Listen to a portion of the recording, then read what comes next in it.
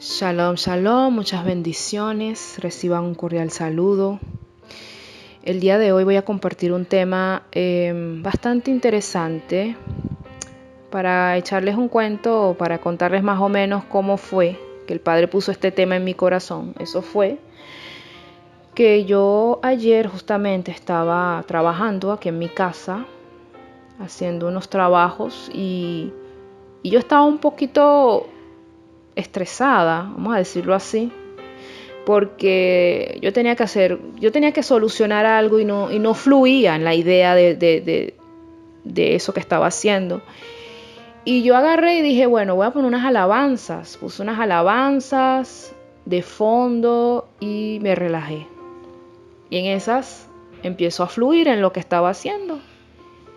Y meditando y conectada ahí con el Padre. Y fue que Él puso en mi corazón este tema. Me puso nada más el título y el título es Volver al Jardín. Y me quedé con eso. Y hoy el Padre me ha permitido desarrollarlo. Y bueno, lo vengo a compartir con ustedes.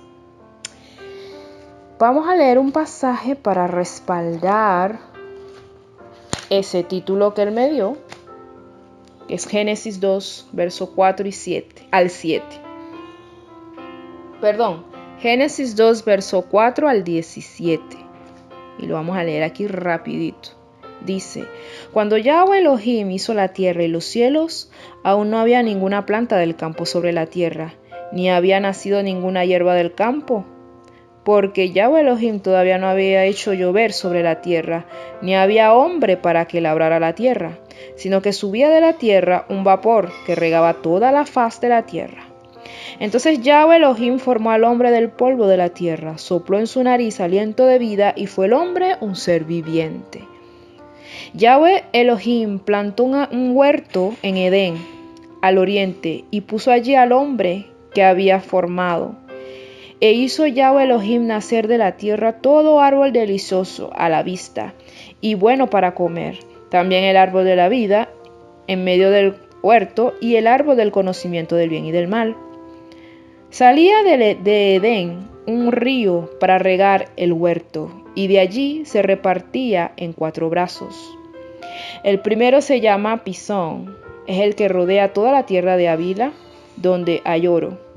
El oro de aquella tierra es bueno, y hay allí también bedelio y ónice. El segundo río se llama Gión, es el que rodea toda la tierra de Cus. El tercer río se llama Hidekel, es el que va al oriente de Asiria. El cuarto río es el Éufrates. Tomó pues Yahweh Elohim al hombre y lo puso en el huerto de Edén para que lo labrara y lo cuidara. Y mandó Yahweh Elohim al hombre diciendo, de todo árbol del huerto podrás comer, pero del árbol del conocimiento del bien y del mal no comerás, porque el día que de él comas ciertamente morirás. Fíjate aquí en este pasaje, fíjate que esto sigue, pero ahí están reflejadas unas características que son importantes para el tema de hoy. Fíjate que primero está el huerto ubicado al oriente de Edén, y quiero que entiendas algo acá. Edén, según lo que leo y lo que me da como tal la lógica ahí, es que era una región geográfica. Fíjate que al principio en el Génesis 1 te habla de la tierra, de la suma de las regiones, vamos a decirlo así. Pero después Génesis 2 pone la lupa sobre Edén, y en el oriente de Edén está plantado un huerto, está plantado el jardín, ¿ok? Entonces entendemos ahí que el huerto o el jardín, según lo que dice la palabra, está al oriente de Edén. Pero en ese huerto habían árboles que daban buenos frutos, dignos de ser comidos, y habían 2 árboles en el centro del huerto que eran los protagonistas, que era el árbol del bien y del mal y el árbol del conocimiento del bien y del mal y el árbol de la vida. También hay un río, algo que me llama mucho la atención, que había un río que venía de Edén y se dividía en 4 brazos al llegar al huerto. ¿Ok? Y esos brazos regaban el huerto. ¿Ok? Regaban y alimentaban de alguna manera ese jardín. Y esto es una deducción mía, o sea, se deduce que el clima ahí era un clima bastante agradable porque no era ni frío ni caliente, porque el hombre andaba desnudo. El hecho de que el hombre esté desnudo en un lugar frío, o sea, él no podía aguantar. Pero yo estoy segura que tampoco era muy caliente ese lugar. Entonces yo aquí hablando, aquí deduciendo, entendí que definitivamente en ese jardín el clima era bastante agradable. ¿Ok? Ahora vamos a analizar, a desmenuzar esas características que les acabo de dar, o que acabamos de resaltar del jardín del Edén. El oriente.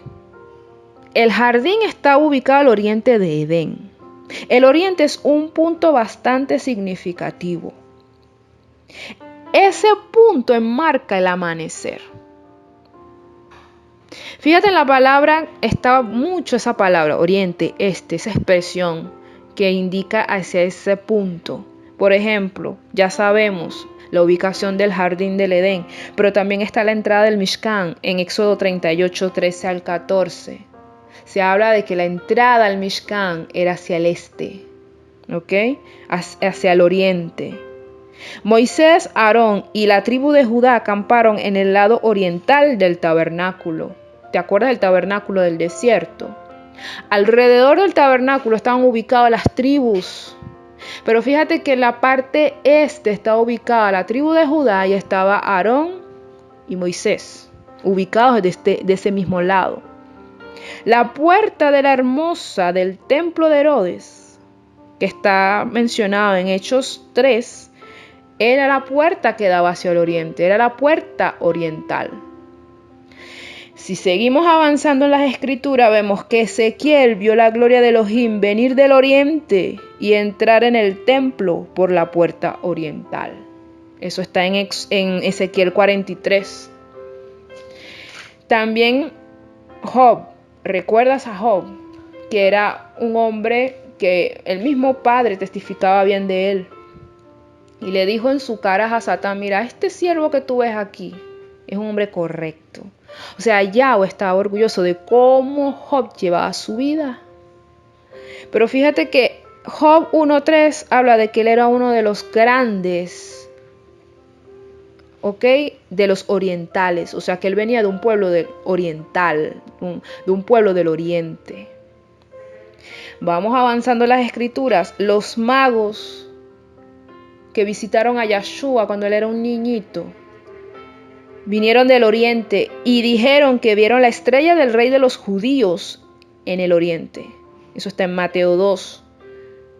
Entonces vemos que todo como que nos lleva a mirar hacia el este. Hay muchos acontecimientos, hay muchas cosas en la palabra que nos lleva a ver hacia el este y es algo impresionante. Entonces nos damos cuenta que el oriente es un punto bastante significativo en las escrituras. El oriente, según lo que nos ha enseñado incluso en la escuela, en geografía, el sol sale del este y se oculta en el oeste. ¿Ok? Eso es algo muy básico en geografía que aprendimos en la escuela. Esa luz, ¿verdad? Que sucede a las tinieblas, o sea, anteriormente había tinieblas, pero sale la luz y ¡pum! Se van las tinieblas, se van. No hay más tinieblas cuando sale la luz. Yahshua es representado metafóricamente como la aurora en Lucas 1:78. Esa luz que vino a visitar y a salvar. ¿Ok? Él es la luz del mundo que hace desvanecer las tinieblas en el que estaban sumidas Israel y las naciones. El oriente denota aquel lado de las cosas sobre las que arroja su luz el levantamiento del sol. Fíjate cuando analizamos el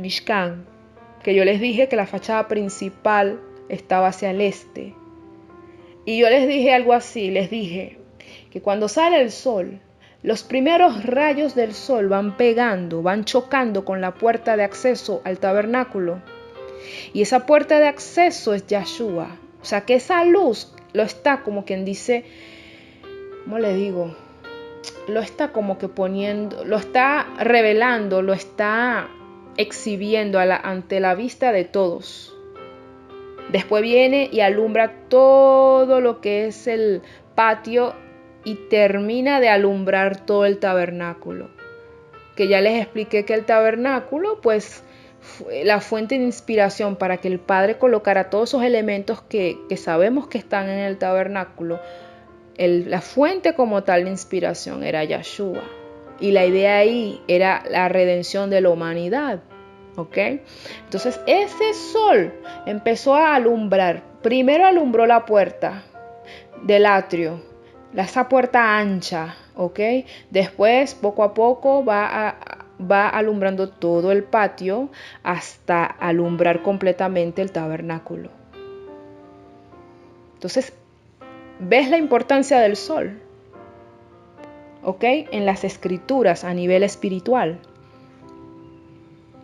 Fíjate que en Génesis 1, del 1 al 3, inicialmente la tierra fue creada, estaba toda oscura, vacía, desordenada, pero vino Yahweh y dijo que sea la luz y se hizo la luz. Y ahí empezó el orden. Y poco a poco Yahweh fue poniendo todo en su lugar. Pero una vez que se hizo la luz, empezó el orden en la creación. ¿Ok? Vamos a ver otro elemento, otra característica, otro punto que vimos del jardín. Tenía todo árbol con buenos frutos para comer. Y también habían dos árboles que eran los protagonistas, el árbol del conocimiento del bien o del mal y el árbol de la vida. ¿Qué representa esos árboles? Vamos a decirlo así, esos árboles comunes, donde estaban esos frutos donde podías comer constantemente. La abundancia. Allí no había miseria ni hambre. ¿Ok? Ahora, el árbol de la vida tiene que ver con ese árbol que da frutos para vida. Mientras que el árbol del conocimiento del bien y del mal, el hecho de haber comido de ahí, porque fíjate que Elohim le dijo a Adán, no coman de ahí. O sea, no quiero que coman de ese árbol. Pero fíjate que ellos comieron de ahí. Y el hecho de que agarren y tomen de ahí para comer, eso espiritualmente hablando hace entender que ellos rechazaron el mandamiento de Elohim, rechazaron a Elohim tal cual, para entonces querer tomar la sabiduría por sus fuerzas. Entonces ya no es esa fuente de sabiduría y de alimento, sino que ellos mismos en sus fuerzas han querido de alguna manera tener esa sabiduría. Porque dice la palabra que la mujer vio el árbol y vio que era bueno que comiera de ahí para tener sabiduría.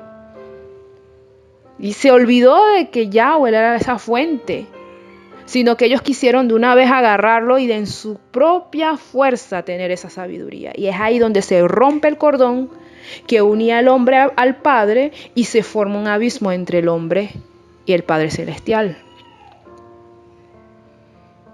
Entonces querían esa sabiduría fuera de él. Querían ese alimento, o sea, no quisieron permanecer atados a él, aferrados a él, sino que simplemente quisieron experimentar fuera de él realmente. Entonces, el árbol de vida es Yahshua. Fíjate, si creemos en él, o sea, si comemos de él, y comer de él tiene que ver con practicar la emuná. Emuná no es simplemente creer, ay, qué bueno, Yahweh vino, mandó a su hijo, qué chévere. No, tienes que ir más allá y caminar conforme a eso que creíste. O sea, tu vida tiene que cambiar. Porque entonces no hay fe, no hay emuná. Porque si no hay obras detrás de eso que tú crees, se muere esa fe que tú tienes en tu corazón, supuestamente fe. Entonces, cuando tú crees y accionas conforme a lo que creíste, tienes una emuná viva. Y cuando tú caminas en esa emuná viva, estás teniendo vida eterna. Es donde tú tienes realmente vida eterna en ti. ¿Ok? Otro elemento es el río, que me llama mucho la atención. Fíjate que de Edén venía un río y se dividió en 4 para regar el huerto del Edén. El río es una corriente de agua que fluye, ¿ok? Eso fluye ahí. Y eso tiene que ver con la abundancia de bienes o gracia del Espíritu. Eso está fluyendo. Y fíjate que de ahí el hombre podía saciar su sed o puede saciar su sed. Y ese río regaba perfectamente el jardín. Entonces eso tiene que ver con el producto del fluir de la vida. Sed saciada, el huerto regado y todo está en orden. ¿Ok? El agua es un elemento, ¿verdad? Es un elemento esencial en la vida física. Por eso es que siempre se nos dice, miren, tienen que tomar agua, porque es que tienen que tomar agua, 8 vasos de agua, ¿verdad? Siempre se nos dice eso, que es importante que tomemos agua. Entonces el agua, que hay que tomar agua, y ciertamente es verdad, o sea, es necesario que tomemos agua abundantemente. Eso nos ayuda con nuestra presión arterial, el fluir de la sangre en nuestras venas, mantener una buena temperatura, nos ayuda con la digestión. O sea, el agua es importante para nuestra vida física, pero también es importante en nuestra vida espiritual. ¿Recuerdas aquel diálogo que tuvo Yahshua con la mujer samaritana? Él llegó a ese pozo y como excusa le dijo, mira, dame agua por favor. Y ella dijo, bueno, pero si tú eres judío, ¿por qué me vas a pedir a mí agua? ¿Qué te pasa? Si tú me estás pidiendo agua a mí, tú eres judío y yo soy samaritana. Claro, porque los samaritanos no se llevaban bien con los judíos, pero entonces él dice, si supieras quién soy yo, que te está pidiendo agua, tú más bien me pedirías agua a mí y yo te daría agua viva. O sea, tú más nunca tendrías sed. Una vez que termines de tomar esta agua del pozo, ciertamente tendrás sed más adelante, pero el agua que te doy no solo va a saciar tu sed. Y no solamente eso, sino que salta para vida eterna. O sea, no es cualquier cosa lo que te daría yo de beber. Y bueno, ya no sabemos la historia. Entonces, eso refleja verdaderamente la importancia que tiene el agua viva en nuestras vidas. ¿Y quién es esa fuente de agua? Esa fuente de agua es Yahshua. Es Yahshua HaMashiach. Fíjate que el río que menciona la escritura en Génesis viene de Edén. Yo me atrevo a decir que ese río viene de Elohim. Fíjate que Apocalipsis 22 habla de un río que procede del trono de Yahweh. Y yo asocio esto y digo, no, pero esto tiene que ver porque es que es un solo río. Se trata de un solo río y ese río se dividió en 4 brazos y pudo fluir así para regar en todas las direcciones el huerto del Edén. Y cuando veo el número 4 me viene a la mente el tema de los 4 vientos. ¿Ves? Que tiene que ver con 4 puntos cardinales, 4 esquinas, 4 ángulos de la tierra, ¿ok? Que tiene que ver con las direcciones. Fíjate que estamos hablando de la ubicación del huerto. Y cuando ya hablas de ubicación, tienes que estar hablando de norte, sur, este, oeste. Entonces, ese río que está ahí en el huerto, 4 brazos que ciertamente va alimentando el huerto en sus 4 direcciones. ¿Ok? Pero entonces vemos al río, entendemos que Yahshua es el que da agua viva, o sea, vemos el río agua, direccionamos nuestra mirada hacia Yahshua, Él es el que da agua que brota para vida eterna, ríos de agua viva fluyen en nuestro ser, ¿ok? Entonces, veo en las escrituras 4 evangelios y cada uno de esos evangelios reflejan las 4 facetas del Mashiach. Cuando leemos Mateo, podemos ver a Yahshua como el rey de los judíos. ¿Okay? Ese carácter, esa faceta real de él. Cuando vemos Marcos, podemos ver esa faceta de siervo que vino a morir, del Cordero de Elohim. Vemos esa faceta profética de su ser como Mashiach. Vino a morir. ¿Ok? A morir, a derramar su sangre por remisión de nuestros pecados. Vemos Lucas, al hombre perfecto, ese hombre intachable que estuvo en la tierra y aunque fue tentado, no pecó. Y Juan, el hijo de Elohim, haciendo entender que él era un ser especial. Él no era cualquiera aquí en la tierra, ¿ok? El hijo de Elohim. Por eso es que cuando leemos el libro de Juan, vemos mucho que él dice, mi padre, mi padre, mi padre, ¿ves? Haciéndonos entender, enmarcando bien el hecho de que él es el hijo de Yahweh. Entonces, entendiendo todas esas cosas que les acabo de decir, ¿qué es eso de volver al jardín? Porque es que el título es ese, volver al jardín. Pero ¿qué es eso de volver al jardín? ¿Qué es eso? ¿Cómo podemos volver a ese lugar? Leamos Mateo. Voy a buscarlo aquí rápidamente. Mateo 7, verso 13 al 14 dice, entren por la puerta angosta, porque ancha es la puerta y espacioso el camino que lleva a la perdición, y muchos son los que entran por ella. Pero angosta es la puerta y angosto el camino que lleva a la vida, y pocos son los que la hallan. Fíjate, la puerta estrecha. Volver al jardín. Discúlpenme, volver al jardín tiene que ver con pasar por esa puerta estrecha. Y es estrecha por lo difícil que es pasar por ella, ya que se trata de doblegar nuestra naturaleza pecaminosa. Volver al jardín tiene que ver con volver al estado puro que nunca debimos perder. Recuperar nuestra inocencia, nuestra santidad. Ese es el estado puro que nunca debimos perder en el huerto. Nunca debemos permitir que perdiéramos ese estado de inocencia. Ese estado en el que estábamos, antes de caer. El jardín del Edén va de la mano con libertad, pero libertad del pecado, porque el pecado es el que esclaviza y trae una vida de miseria. Entonces, al estar en el huerto del Edén, estamos siendo libres de esa miseria que trae el pecado, de esas consecuencias horribles. La idea aquí de volver al jardín es restaurar nuestras vidas en santidad y pureza. Volver al jardín tiene que ver con limpiar nuestros vestidos, ubicarnos en el lugar correcto y deleitarnos en nuestro Elohim. El jardín, aunque Adán allí trabajó, era un lugar de reposo, ya que no existían los afanes.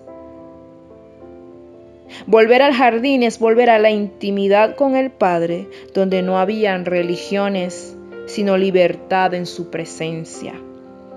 Nada limitaba a Adán para relacionarse con Yahweh. No había abismo entre ambos. Lo mismo debe pasar con nosotros. Que Yahshua sea realmente ese puente que nos lleve a la presencia del Padre. Y nosotros debemos darle un buen uso a ese puente. Volvamos al jardín, al lugar donde seremos saciados, alumbrados por el sol de justicia que es Yahshua. El lugar donde ni el frío ni el calor nos dañará. Este mensaje es un mensaje de llamado, de atención. El Padre quiere que volvamos al jardín y que volvamos a ese estado en el que estaba Adán antes de caer. Y claro que es posible. Es posible porque para eso están sus mandamientos.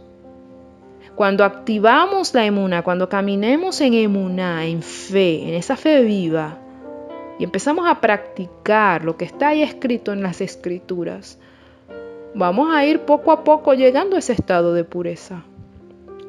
Es más, tú mismo te vas a dar cuenta que en este mundo tan perverso ya no cabes, ya no encajas.